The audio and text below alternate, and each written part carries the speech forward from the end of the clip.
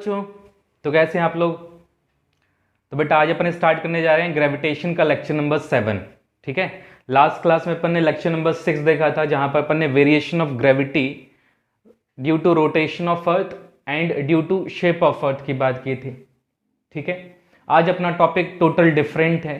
आज अपन पढ़ने जा रहे हैं ग्रेविटेशनल फील्ड के बारे में।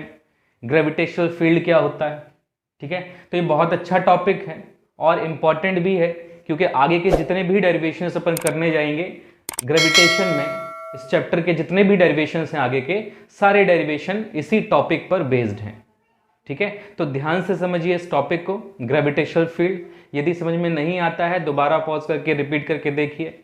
ठीक है, तो चलिए स्टार्ट करते हैं, ग्रेविटेशनल फील्ड को समझते हैं, ग्रेविटेशनल फील्ड क्या होता है, और आगे कुछ और टॉपिक्स में भी बात करेंगे आज अपन। ठीक है, तो चलिए स्टार्ट करते हैं। सबसे पहले ग्रेविटेशनल फील्ड क्या होता है। ठीक है, तो सबसे पहले अपन एक काम करते हैं। सबसे पहले अपन ने एक मास लिया हुआ है,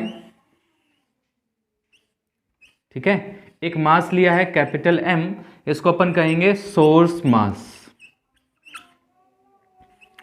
ये सोर्स मास बॉडी है अपने पास में, और एक अपन ने लिया स्मॉल मास जिसको अपन कहते हैं unit mass body. Unit mass body मतलब जिसका मास कितना होगा, 1 kg होगा। ठीक है, जिसका मास होगा 1 kg। तो एक अपन ने सोर्स मास बॉडी ली है, एक यूनिट मास बॉडी ली है जिसको अपन और क्या कहते हैं, टेस्ट मास भी कहते हैं। इस पर अपन टेस्टिंग करने वाले हैं, इसलिए इसको अपन कहते हैं टेस्ट मास बॉडी। क्लियर हो गया। तो ये अपने पास में दो बॉडी है, एक है सोर्स मास बॉडी, दूसरी है टेस्ट मास बॉडी। अब एक काम करते हैं अपन को पता है अकॉर्डिंग टू न्यूटन्स लॉ इन दोनों के बीच में एक अट्रैक्शन का फोर्स लगने वाला है, इनके बीच में एक अट्रैक्शन का फोर्स अप्लाई होने वाला है। ठीक है, अच्छा, अब अपन ने कहा कि इस बॉडी को अपन ने अभी ये कुछ डिस्टेंस पर रखा हुआ है, जो भी डिस्टेंस होगा इसका, ठीक है, कोई भी डिस्टेंस हो सकता है। अभी अपन ने यहां पर रखा हुआ है इस बॉडी को, तो इनके बीच में एक फोर्स ऑफ अट्रैक्शन देखने के लिए मिलेगा। और अपन ने क्या पढ़ा है, इस इनवर्स स्क्वायर लॉ में क्या पढ़ा हुआ है कि डिस्टेंस यदि इंक्रीज करते हैं तो फोर्स डिक्रीज हो जाएगा तेजी से। ठीक है, because F inversely proportional to R square. थोड़ा सा स्मॉल डिस्टेंस इंक्रीज करोगे फोर्स तेजी से डिक्रीज हो जाएगा। ठीक है, तो अब यदि मैं बात करता हूं कि यहां पर मैंने क्या किया है, इस बॉडी को डिस्प्लेस किया है यहां पर, तो डिस्टेंस अब इसकी क्या हो गई है, इंक्रीज हो गई। डिस्टेंस इंक्रीज हो गई तो फोर्स क्या होगा इसका, डिक्रीज हो जाएगा, फोर्स डिक्रीज हो जाएगा। ऐसे मैं बोलता हूं इस बॉडी को मूव करते जाओ, फर्दर आगे मूव करते जाओ, तो एक कंडीशन तो ये बनेगी ना, जहां पर फोर्स की वैल्यू क्या हो जाएगी, 0 हो जाएगी, है ना। जितना दूर जाओगे फोर्स उतना डिक्रीज होता जाएगा, उतना डिक्रीज होता चला जाएगा, और एक कंडीशन आएगी कि वो फोर्स 0 ही हो जाएगा। वहां पर कोई भी फोर्स देखने के लिए नहीं मिलेगा इस बॉडी का। ठीक है, इसका मतलब यह है कि इस बॉडी के फोर्स लगाने की एक लिमिट है, एक रेंज है। ठीक है, ऐसा नहीं है कि ये कहीं पर भी फोर्स लगा सकती है, इसके फोर्स लगाने की एक लिमिट है कि ये कहां तक फोर्स लगा सकती है। ठीक है, तो यहां पर एक लिमिट को डिफाइन करते हैं, ये है लिमिट। सपोज ये एक लिमिट है, इसकी एक बाउंड्री है जहां तक ये क्या कर सकती है, किसी भी बॉडी को फोर्स अप्लाई कर सकती है या फिर उसको अट्रैक्ट कर सकती है। तो ये एक लिमिट मैंने बना दी इसकी। ठीक है, ये बॉडी केवल इस स्पेस के अंदर किसी भी अनदर बॉडी पर फोर्स अप्लाई कर सकती है, इसके बाद फोर्स अप्लाई नहीं कर पाएगी, बिकॉज ये जो स्पेस है ये इसका एक रेंज है जहां तक ये फोर्स अप्लाई कर सकती है।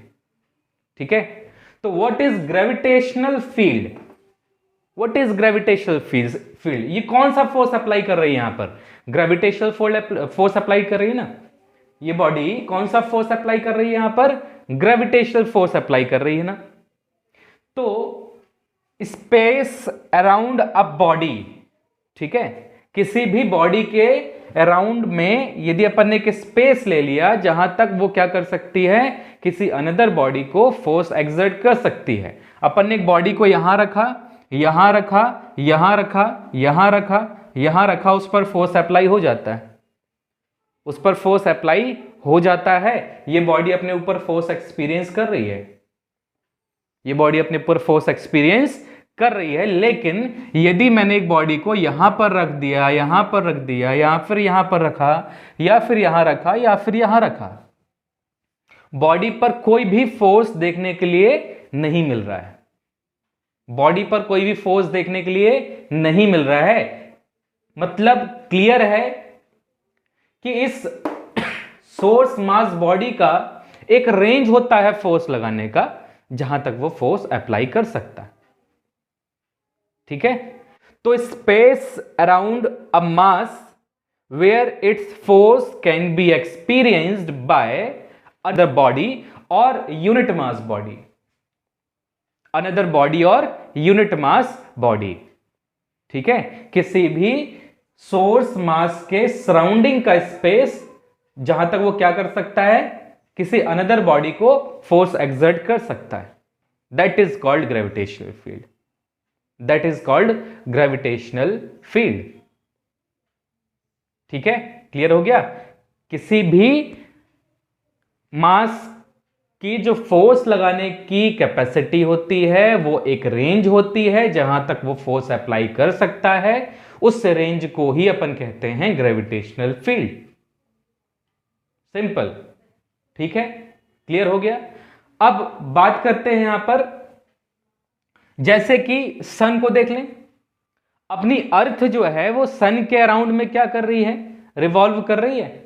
इसका मतलब कि सन का भी एक ग्रेविटेशनल फील्ड है और उस ग्रेविटेशनल फील्ड में अपनी अर्थ रखी हुई है, अपनी अर्थ सन के ग्रेविटेशनल फील्ड के अंदर रखी हुई है। क्योंकि यदि अपनी अर्थ ग्रेविटेशनल फील्ड के बाहर होती तो फिर सन उस पर फोर्स नहीं लगाता, और यदि सन उस पर फोर्स नहीं लगाता तो अर्थ सन के अराउंड में नहीं घूमती। ठीक है, सिमिलरली मून जो है वो अर्थ के ग्रेविटेशनल फील्ड में रखा हुआ है, इसीलिए वो अर्थ के सराउंडिंग में घूम रहा है, क्योंकि अर्थ उस मून पर एक फोर्स लगा रही है जो उसको रोटेट कर रही है, दैट इज ग्रेविटेशनल फोर्स। ठीक है, तो मून भी ग्रेविटेशनल फील्ड में रखा हुआ है अर्थ के, इसीलिए वो अर्थ के अराउंड में रिवॉल्व कर रहा है। ठीक है, क्लियर हो गया यहां से कि सन का भी एक ग्रेविटेशनल फील्ड है जहां पर सारे प्लैनेट्स रखे हुए हैं। ठीक, वैसे ही हर प्लैनेट का एक ग्रेविटेशनल फील्ड है, अपने अर्थ का एक ग्रेविटेशनल फील्ड है। ठीक है, जहां तक वो किसी भी बॉडी को अट्रैक्ट कर सकती है। क्लियर हो गया। और अपन डिटेल में आगे देखने वाले हैं इसको, इसका फॉर्मूला देखने वाले हैं। ठीक है, तो चलिए, तो ये समझ में आ गया ग्रेविटेशनल फील्ड क्या होता है। ठीक है, क्लियर। चलिए, तो ये चीज का ध्यान रखें कि ये यूनिट मास बॉडी है, यूनिट मास बॉडी है 1 kg। ठीक है, अब क्यों लिया इसको 1 kg ही क्यों लिया, यूनिट मास ही के लिए क्यों लिया हुआ अपन ने, ये थोड़ा सा अपन को आगे समझ में आने वाला है, जो अपन नेक्स्ट टॉपिक करने जा रहे हैं, gravitational field intensity. Gravitational field intensity, या फिर इसको अपन बोल सकते हैं स्ट्रेंथ ऑफ ग्रेविटेशनल फील्ड। ठीक है, या तो अपन ग्रेविटेशनल फील्ड इंटेंसिटी कहेंगे, या तो फिर अपन कहेंगे strength of gravitational field. Clear हो गया। चलो, तो इसको समझते हैं ग्रेविटेशनल फील्ड इंटेंसिटी क्या होता है। ठीक है, तो देखें इस एग्जांपल से समझते हैं। एक एग्जांपल, ठीक है, यदि अपन ने कहा कि एक टेबल है,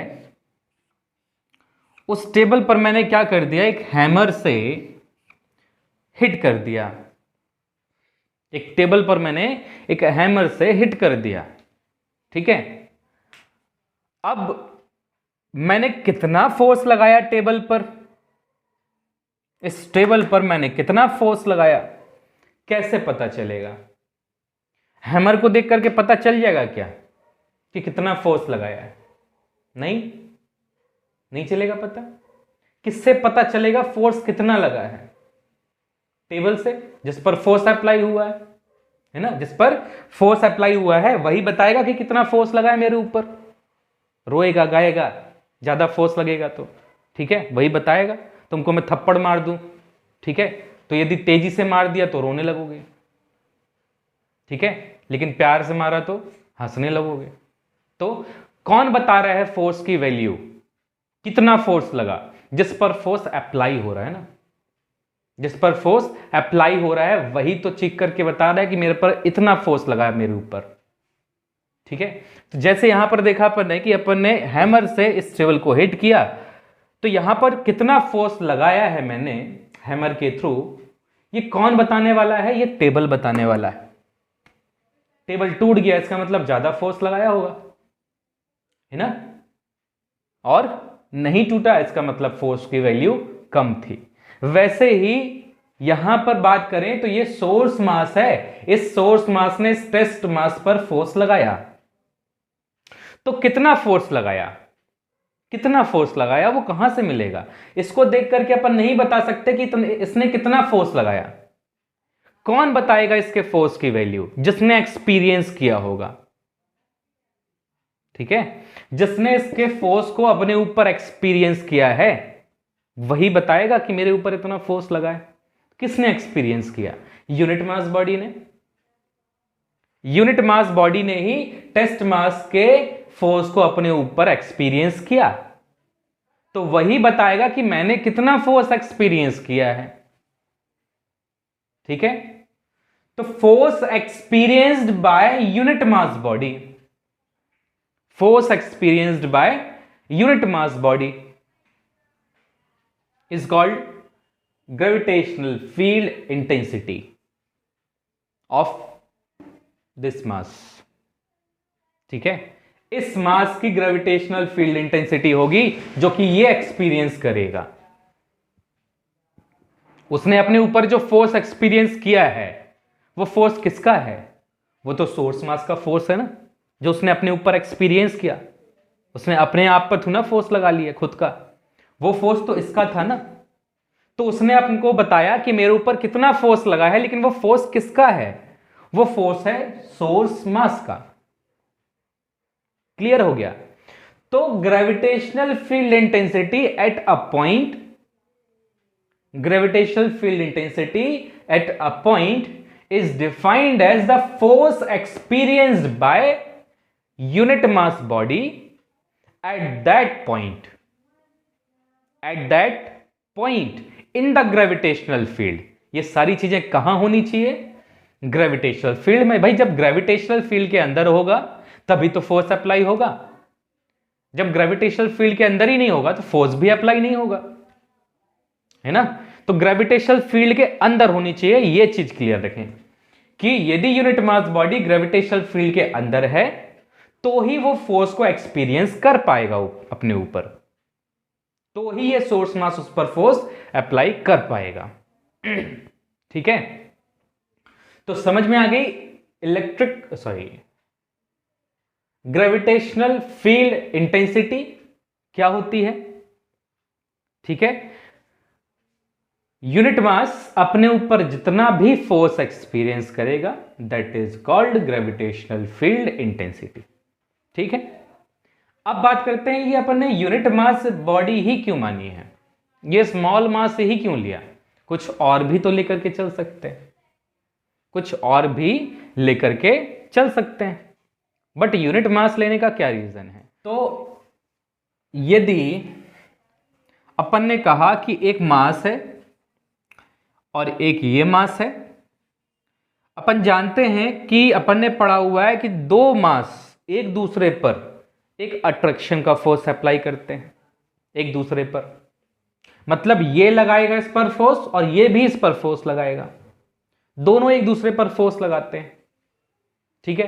तो यदि मैंने कहा कि इस मास ने इस मास के ऊपर लगाया है 10 न्यूटन का फोर्स, लेकिन इसने भी अपोजिट में इसके फोर्स लगा लिया।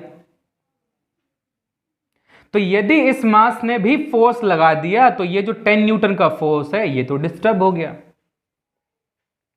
ये तो चेंज हो गया ना, नेट फोर्स तो कुछ और रह जाएगा। अब इस बॉडी पर नेट फोर्स, यदि इसने कोई भी फोर्स नहीं लगाया, सपोज इसने अभी कोई फोर्स नहीं लगाया है, केवल इस मास ने इसके ऊपर फोर्स लगाया, that is 10 newton, then what is net force on it? 10 newton, 10 newton, ठीक है। बट यदि ये मास अपोजिट में एक फोर्स लगा दे यहां पर, जो कि लगा सकता है, ठीक है, यदि इस मास ने भी फोर्स लगा दिया तो ये जो 10 न्यूटन का फोर्स है इसकी वैल्यू क्या हो जाएगी? चेंज हो जाएगी कि नहीं हो जाएगी? है ना, वैल्यू चेंज हो जाएगी। क्लियर है? तो अपन ने यूनिट मास क्यों लिया? ताकि अपना जो फोर्स मिल रहा है वो एक्चुअल फोर्स होना चाहिए इस मास का। अपन तो इस मास के फोर्स को कैलकुलेट करने जा रहे हैं ना, अपन ने तो इस मास के फोर्स को कैलकुलेट किया है, तो इस मास का फोर्स तो तभी मिलेगा ना जब यहां पर कोई अदर फोर्स नहीं होगा, कोई दूसरा फोर्स नहीं होगा, नहीं तो ये फोर्स डिस्टर्ब हो जाएगा। ठीक है, तो यदि अपन ने यहां पर क्या ले लिया, इसको 1 kg ले लिया, यूनिट मास बॉडी ले लिया है, तो यूनिट मास बॉडी की एक प्रॉपर्टी अपन ये मान करके चलते हैं कि वो फोर्स एक्सर्ट नहीं कर सकती, या फिर बोल सकते हो एक स्मॉल फोर्स एक्सर्ट कर सकती है जो कि नेग्लिजिबल होता है, जो कि नेग्लिजिबल होगा। तो इसलिए अपन ने यहां पर मास की वैल्यू क्या ले ली, 1 kg ले ली। ठीक है, 1 kg लोगे, यहां पर जो फोर्स है इस मास का वो एक्चुअल फोर्स होगा, ठीक है, डिस्टर्ब नहीं होगा। तो अपन बिल्कुल बोल सकते हैं कि जो फोर्स मिला है वो फोर्स पूरा सोर्स मास का ही फोर्स है। जो फोर्स यूनिट मास ने एक्सपीरियंस किया है वो पूरा मास इस सोर्स मास का है, वो पूरा फोर्स इस सोर्स मास का है। ठीक है, क्लियर हो गया? तो ये अपने पास में है ग्रेविटेशनल फील्ड इंटेंसिटी। ठीक है, और इसके लिए बात करें अपन, एक फॉर्मूला भी है ग्रेविटेशनल फील्ड इंटेंसिटी का। क्या फॉर्मूला है, बात करें इसकी तो ग्रेविटेशनल फील्ड इंटेंसिटी, जैसा कि अपन ने यहां पर अभी देखा, gravitational field intensity is defined as force experienced by unit mass body, that is a small m. Force experienced by unit mass body is called gravitational field intensity और strength of gravitational field. Clear हो गया? चलो अब बात करते हैं यहां पर फोर्स की। तो फोर्स अपन को पता है कितना होता है, according to gravitational force F equal to GMM upon R square. यदि ऐसा है तो उठा करके रख दो, क्या मिल जाएगा, I equal to GMM upon R square. Upon कितना आ गया, स्मॉल m है, स्मॉल m से स्मॉल m कैंसिल हो जाएगा, क्या बचेगा यहां पर, GM अपॉन में R स्क्वायर बचेगा। तो ये क्या मिल गई, gravitational field intensity, gravitational field intensity. ठीक है, समझ में आ गया? एक और फॉर्मूला बन सकता है यहां पर, देखो अपन ने अभी एक स्मॉल g और कैपिटल G का रिलेशन भी तो पढ़ा था।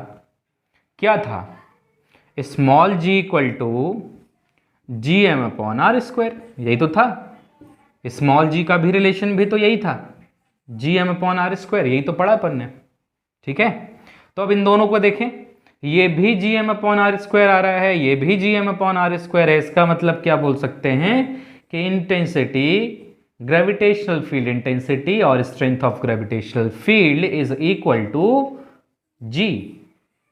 मीन्स G को ही ग्रेविटेशनल फील्ड इंटेंसिटी कहते हैं।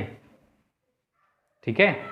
जी ही क्या बताता है अपन को, इंटेंसिटी बताता है ग्रेविटेशनल फील्ड की। समझ में आ गया? ये था ग्रेविटेशनल फील्ड इंटेंसिटी का फॉर्मूला।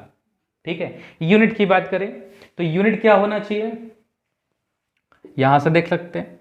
फोर्स की यूनिट क्या होती है भाई, न्यूटन। मास की क्या होती है, केजी। तो क्या हो गया, न्यूटन पर केजी। ठीक है, न्यूटन पर केजी। फोर्स का न्यूटन होता है, मास का केजी होता है, न्यूटन पर केजी एसआई यूनिट है। सीजीएस यूनिट क्या होनी चाहिए, डाइन पर ग्राम। सीजीएस यूनिट क्या होनी चाहिए, डाइन, है ना। फोर्स की सीजीएस यूनिट क्या होती है, डाइन, और मास की क्या होती है, ग्राम। तो क्या बन गई है, डाइन पर ग्राम। क्लियर है? तो ये हुई अपने पास में यूनिट ग्रेविटेशनल फील्ड की। तो ये था अपने पास में gravitational field and gravitational field intensity. ठीक है, चलो आगे बढ़ते हैं। चलो अब समझते हैं ग्रेविटेशनल पोटेंशियल को। ग्रेविटेशनल पोटेंशियल क्या होता है, ठीक है। तो इसके लिए जैसे अपन ने पढ़ा है, gravitational field intensity is equal to GM upon R square. ठीक है, या फिर स्मॉल आर ले लो। तो ये अपन ने पढ़ा GM अपॉन आर स्क्वायर। तो G क्या है, कांस्टेंट है, M क्या है, कांस्टेंट है। इसका मतलब जो इंटेंसिटी है वो केवल पोजीशन पर डिपेंड करती है, डिस्टेंस पर डिपेंड करती है।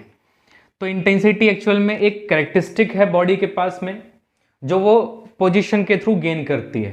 ठीक है, एक और कैरेक्टरिस्टिक गेन करती है बॉडी इसी पोजीशन के थ्रू, जिसको अपन कहते हैं ग्रेविटेशनल पोटेंशियल। ठीक है, ये ग्रेविटेशनल पोटेंशियल भी किससे मिलेगा बॉडी को, पोजीशन के थ्रू मिलता है। ठीक है, पोजीशन के थ्रू। तो अब बात करते हैं कि यदि अपने पास में एक बॉडी है, सोर्स मास बॉडी, ये अपने पास में जिसका मास है m, यहां पर अपन ने एक दूसरी बॉडी रखी हुई है स्मॉल m मास की। ठीक है, जिसकी पोजीशन है कुछ r1 मान लेते हैं।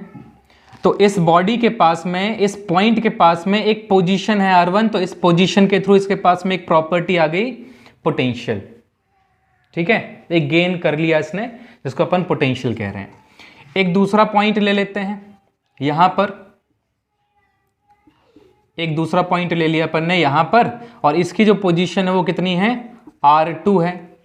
तो इस R2 पोजीशन के थ्रू भी इसके पास में एक गेन आ गया, जिसको अपन ने क्या कहा, V2 कहा। ठीक है, अब देखो यहां पर स्मॉल m मास रखा हुआ है और ये कैपिटल M मास है। तो दो मास के बीच में कौन सा फोर्स अप्लाई होता है, अट्रैक्शन का फोर्स अप्लाई होता है, ग्रेविटेशनल फोर्स। तो ये बॉडी क्या करेगी, इस बॉडी को अट्रैक्ट कर रही होगी। तो यदि इस बॉडी ने इस बॉडी को अट्रैक्शन के लिए क्या किया होगा, फोर्स लगाया होगा, इस बॉडी पर क्या लगाया होगा, फोर्स लगाया होगा।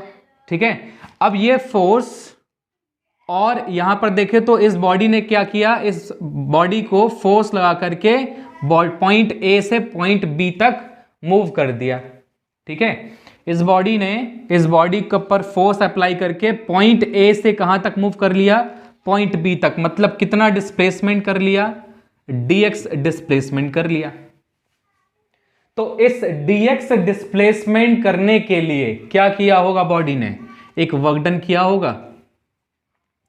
इस बॉडी ने फोर्स लगाया ना बॉडी को a से b तक लाने के लिए, तो a से b तक लाने के लिए यदि फोर्स लगाया है तो फिर वर्क डन भी किया होगा, क्योंकि एक डिस्प्लेसमेंट देखने मिल रहा है, यहां पर फोर्स भी है, डिस्प्लेसमेंट भी है, तो वर्क डन तो मिलेगा ही।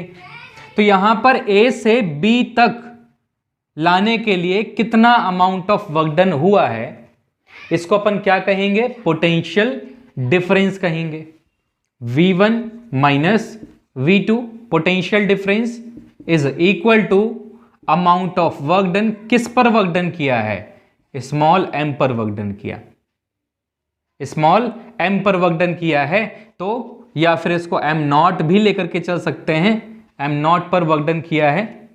इस वर्क डन को क्या कहते हैं, पोटेंशियल डिफरेंस। ठीक है, तो potential difference is defined as the amount of work done in bringing a body from one point to another point in the gravitational field without acceleration. ये सारी चीजें कहां होनी चाहिए, ग्रेविटेशनल फील्ड के अंदर होना चाहिए। ठीक है, ये सारी चीजें होनी चाहिए ग्रेविटेशनल फील्ड के अंदर, क्योंकि ग्रेविटेशनल फील्ड के अंदर होगा तभी तो फोर्स अप्लाई होगा, ठीक है, तभी फोर्स अप्लाई होगा। तो पॉइंट ए से पॉइंट बी तक लाने के लिए जो भी अमाउंट ऑफ वर्क डन किया है इस बॉडी ने, that is called potential difference, gravitational potential difference. But एक कंडीशन यहां पर क्या देख रहे हैं अपन, विदाउट एक्सेलरेशन, विदाउट एक्सेलरेशन, यही कंडीशन है यहां पर कि बॉडी ए से बी तक मूव कर रहे हैं, लेकिन किस कंडीशन के अंदर, विदाउट एक्सेलरेशन के अंदर। बॉडी पर एक्सेलरेशन नहीं होना चाहिए जब वो ए से बी तक मूव हो रही है। तो क्लियर हो गया। तो यहां पर क्या था, potential difference, potential difference is equal to amount of work done in bringing a unit mass body from one point to another point in the gravitational field without acceleration. यह है complete definition gravitational potential difference की, ठीक है, potential difference की। लेकिन topic क्या है अपने पास में, टॉपिक तो ग्रेविटेशनल पोटेंशियल है अपने पास में, पोटेंशियल डिफरेंस तो ना बताना है, पोटेंशियल को डिफाइन करना है। तो पोटेंशियल को डिफाइन करने के लिए अपन ने क्या कहा, अब ये पॉइंट ए कहां पर ले जाकर के रख देते हैं, इन्फिनिटी पर। अब ये पॉइंट ए अपना चला जाता है इन्फिनिटी पर, तो यदि इन्फिनिटी पर चला जाएगा तो इन्फिनिटी पर ये बॉडी कितना फोर्स लगा पाएगी, लगभग जीरो फोर्स लगेगा, जीरो वर्क डन होगा, मतलब पोटेंशियल कितना हो गया, यहां पर जीरो हो गया, यहां पर पोटेंशियल कितना हो गया, जीरो हो गया, V2 कितना हो गया, जीरो। इन्फिनिटी पर V2 हो गया जीरो, क्योंकि डिस्टेंस बहुत बड़ा है, तो फोर्स क्या हो गया होगा, नेग्लिजिबल हो गया होगा, जीरो हो गया होगा। तो यहां पर यदि V2 की वैल्यू जीरो रख दो तो क्या मिल जाएगा, V1 minus zero equal to W upon M nought, that is V equal to W upon M nought, ठीक है। ये डिफाइन हो जाता है पोटेंशियल।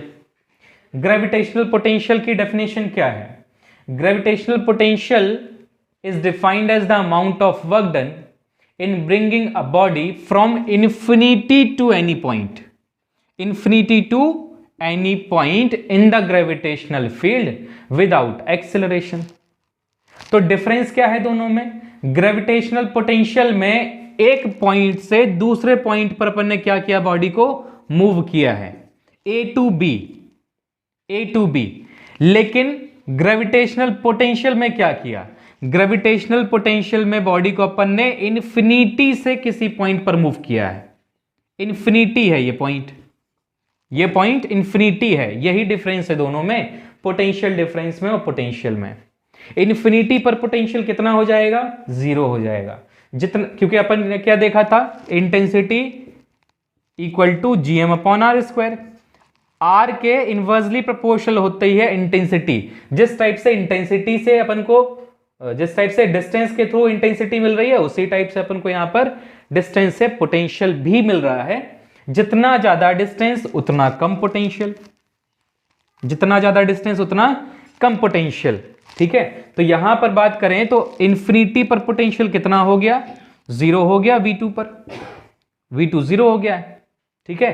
तो दोनों की डेफिनेशन समझ में आ गई, पोटेंशियल की और पोटेंशियल डिफरेंस की। Potential difference is equal to amount of work done in bringing a body from A to B, from one point to another point without acceleration. But potential is defined as the amount of work done in bringing a body from infinity to any point in the gravitational field without acceleration, ठीक है। तो ये दो अलग अलग definition है potential difference की और पोटेंशियल की। Potential is scalar quantity and gravitational field intensity is vector quantity, ठीक है। जो इंटेंसिटी पढ़ा था अपन ने अभी, वो एक वेक्टर क्वांटिटी है, जबकि पोटेंशियल स्केलर क्वांटिटी होती है, ठीक है। तो ये था अपने पास में पोटेंशियल या पोटेंशियल डिफरेंस की डेफिनेशन, ठीक है। अब बात करते हैं अपन यहां पर ग्रेविटेशनल पोटेंशियल का कैलकुलेशन करते हैं कि ग्रेविटेशनल पोटेंशियल कितना आता है किसी भी पॉइंट मास के लिए, ठीक है। Gravitational potential due two point mass कितना आएगा।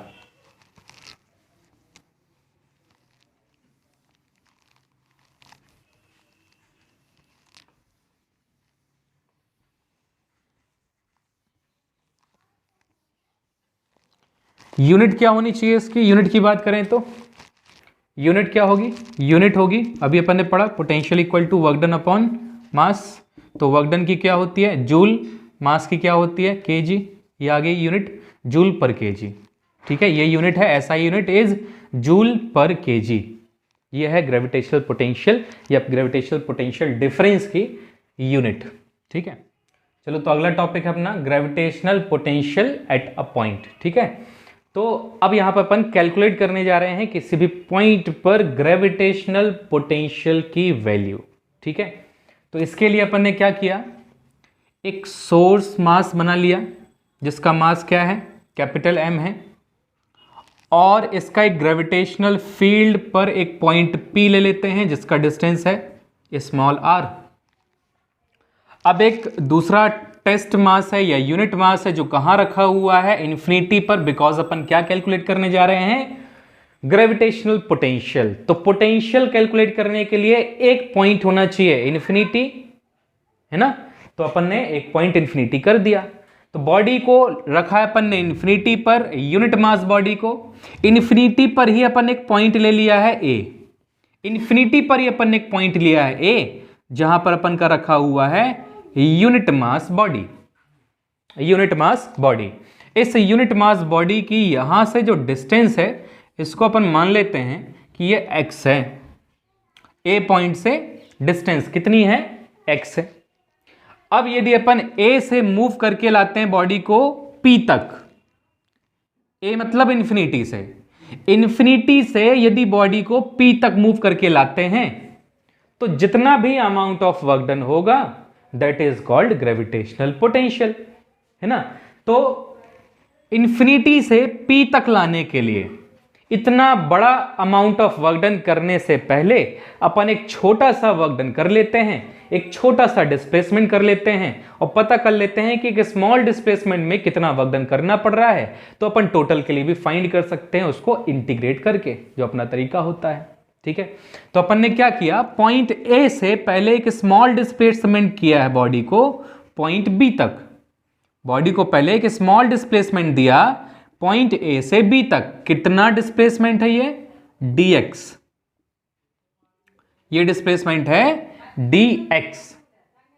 ठीक है, तो इस dx डिस्प्लेसमेंट को करने के लिए कितना अमाउंट ऑफ वर्क डन लगा, कितना अमाउंट ऑफ वर्क डन लगा होगा वो कैलकुलेट कर लो, उसके बाद फिर अपन टोटल के लिए कैलकुलेट कर लेंगे। ठीक है, तो सबसे पहले तो देखो ए पर रखा हुआ है मास m0 और यहां पर मास रखा हुआ है m, तो इस m से इस a पर क्या अप्लाई हो रहा होगा, एक ग्रेविटेशनल फोर्स अप्लाई हो रहा होगा। तो सबसे पहले यहां पर ग्रेविटेशनल फोर्स की वैल्यू लिख लें, ग्रेविटेशनल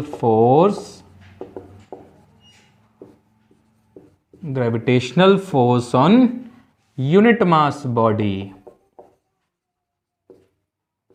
एक यूनिट मास बॉडी पर कितना ग्रेविटेशनल फोर्स लगा, F equal to G M M nought upon distance कितना है भैया x है, तो कितना हो जाएगा ये x स्क्वायर हो जाएगा। चलो अब एम नॉट की वैल्यू तो देखें कितनी है 1 है, तो कितना बन गया ये G M upon X square. ठीक है, अब यहां पर या तो अपन एम नॉट की वैल्यू 1 रख करके चल सकते हैं, 1 रख करके चल सकते हैं, और नहीं तो फिर वैसा ही छोड़ दो, एम नॉट लिख कर ही चलो, कोई दिक्कत वाली बात नहीं। ठीक है, कोई दिक्कत वाली बात नहीं है, यदि उसको एम नॉट भी लेकर के चलोगे तो कोई दिक्कत नहीं है, लेकर के चल सकते हैं, लेकिन यदि 1 रख दिया तो भी गलत नहीं होगा, ये चीज ध्यान रखें। यदि अपन ने एम नॉट की वैल्यू 1 रख दी तो भी गलत नहीं है, और 1 यदि नहीं रखा है तो भी गलत नहीं है। ठीक है, क्योंकि देखो अपन ने पोटेंशियल क्या पढ़ा, work done upon M nought, है ना। तो या तो अपन कहें potential is equal to W upon M nought, work done upon M nought is potential, और अपन जानते हैं कि एम नॉट की वैल्यू कितनी है 1 है ना, तो अपन ये भी बोल सकते हैं W अपॉन 1 कितना हुआ 1 ही रहेगा। इसका मतलब सेकेंड अपन ये भी बोल सकते हैं amount of work done is equal to potential. तो या तो अपन W इक्वल टू पोटेंशियल कहें या फिर W upon M nought is potential कहें, बात तो सेम ही है। तो चाहे एम नॉट को 1 रख लो और चाहे ना रखो, उससे कोई दिक्कत वाली बात नहीं है, आंसर सेम ही आना है। ठीक है, समझ में आ गया। चलो, तो यहां पर अपन ने क्या रख लिया, इसको 1 रख लिया। तो ये आ गया अपने पास में फोर्स Gm/x²। इतना फोर्स लगाया है इस सोर्स मास ने इस यूनिट मास पर। तो डिस्प्लेसमेंट कितना कर रहा है ये dx, तो dx डिस्प्लेसमेंट करने के लिए कितना अमाउंट ऑफ वर्क डन लगा होगा उसको बताते हैं अपन। कितना अमाउंट ऑफ वर्क डन लगा होगा, स्मॉल अमाउंट लगा होगा पहली बात तो, small amount of work done, small amount of work in bringing a body from A to B। कहां से कहां तक मूव किया अपन ने, A to B मूव किया ना बॉडी को लेकर के। तो A to B के लिए कितना अमाउंट ऑफ वर्क डन लगा, that is dW equal to force into displacement dx। Force की वैल्यू क्या है, फोर्स की वैल्यू है Gm/x², और ये आ गया अपने पास में dx। ये निकल कर आता है small amount of work done. A से B तक लाने के लिए कितना वर्क डन करना पड़ा, इतना वर्क डन करना पड़ा Gm/x² dx। ठीक है, चलो अब बात करते हैं यहां पर कि टोटल वर्क डन कितना करना पड़ेगा इन्फिनिटी से P तक लाने के लिए, जो फाइनल अपने पास में है। कहां से कहां तक के लिए, इन्फिनिटी से P तक के लिए कितना वर्क डन करना पड़ेगा। तो इसकी बात करते हैं, तो इसके लिए क्या करना होगा, इसी का इंटीग्रेशन करना होगा। तो total amount of work done, total amount of work done in bringing a body from infinity to point P। infinity to point P कितना वर्क डन करना पड़ा, that is integration of dW equal to integration of Gm/x² dx। Gm/x² dx। ठीक है, ये हो गया अपने पास में। टोटल के लिए अपन ने क्या कर दिया, यहां पर इंटीग्रेट लगा दिया। ये क्या हो जाएगा, total amount of work done W, यहां पर G और M आ जाएगा बाहर, और ये हो जाएगा x⁻² dx। बट यहां पर अपन को एक लिमिट डिफाइन करनी है, एक लिमिट डिफाइन करनी है इंटीग्रेट के लिए, कि अपन ने कहां से कहां तक का वर्क डन किया है। ठीक है, तो इन्फिनिटी से P तक अपन ने क्या किया, वर्क डन किया। तो इन्फिनिटी डिस्टेंस से कहां तक लेकर जा रहे हो बॉडी को, इन्फिनिटी डिस्टेंस से कहां तक, R तक।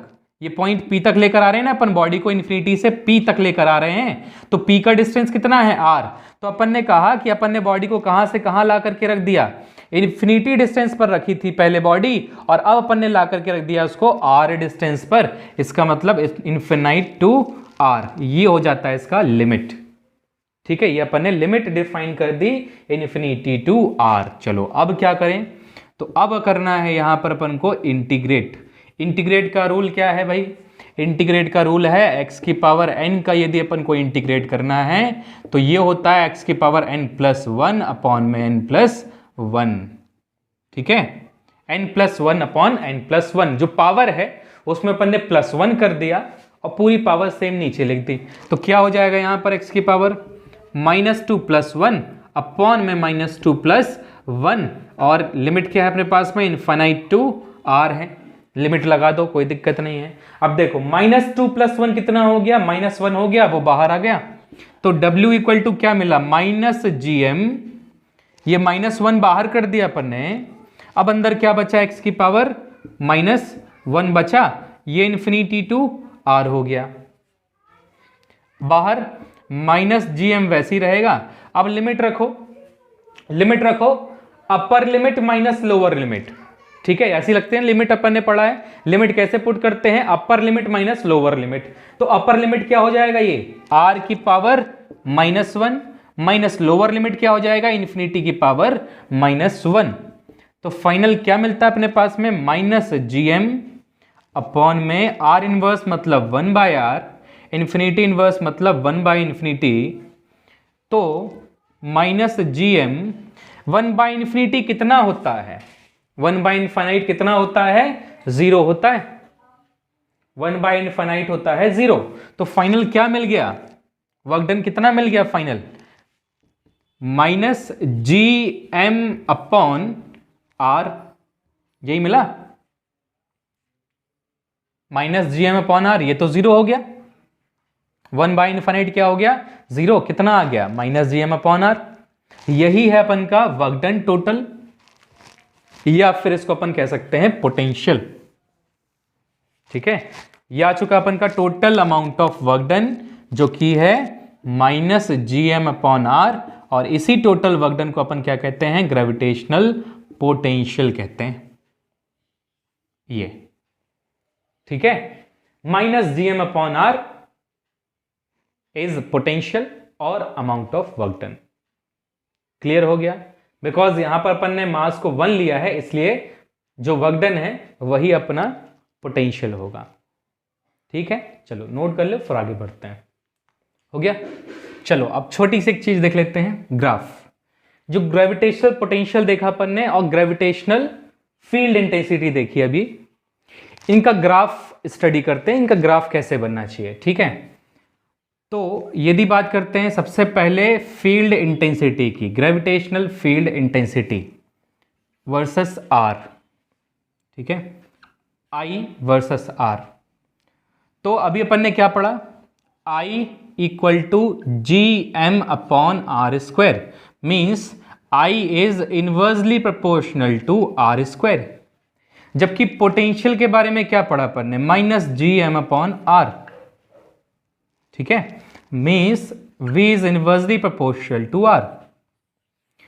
पोटेंशियल आर के इनवर्सली प्रोपोर्शनल है, जबकि इंटेंसिटी आर स्क्वायर के इनवर्सली प्रोपोर्शनल है।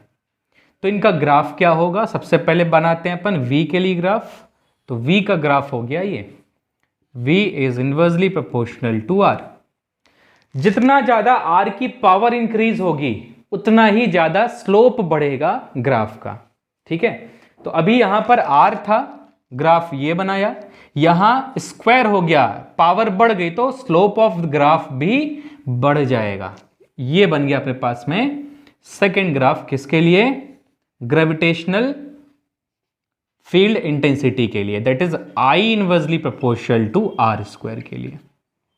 क्लियर हो गया, तो ये अपने पास में एक ग्राफ है ग्रेविटेशनल पोटेंशियल और ग्रेविटेशनल फील्ड इंटेंसिटी के लिए। ठीक है, समझ में आ गया। चलिए, तो ये थे बेटा आज के लिए अपने टॉपिक, ग्रेविटेशनल पोटेंशियल और ग्रेविटेशनल फील्ड। ये दो टॉपिक अपन ने आज कवर किया है इस लेक्चर में। ठीक है, तो अच्छे से पढ़ लें इसे, क्योंकि आगे काम आने वाला है अपन को ये चीज़। ठीक है, नेक्स्ट डेरिवेशंस में अपन को काम आने वाले हैं। तो और ये जो डेरिवेशन देखा अभी अपन ने ग्रेविटेशनल पोटेंशियल का, ये जो ग्रेविटेशनल पोटेंशियल का डेरिवेशन देखा है अभी, सिमिलर टॉपिक्स मिलेंगे अपन को, सेम डेरिवेशन देखने मिलेगा एक छोटे से चेंज के साथ में, ग्रेविटेशनल पोटेंशियल एनर्जी का एंड एस्केप स्पीड का। ठीक है, एक छोटा सा चेंज आएगा केवल, और एक डेरिवेशन बन जाएगा अपना ग्रेविटेशनल पोटेंशियल एनर्जी के लिए। ठीक है, चलिए तो आज के लिए इतना, बाकी मिलते हैं नेक्स्ट क्लास में नेक्स्ट लेक्चर के साथ में। तब तक पढ़ते रहिए।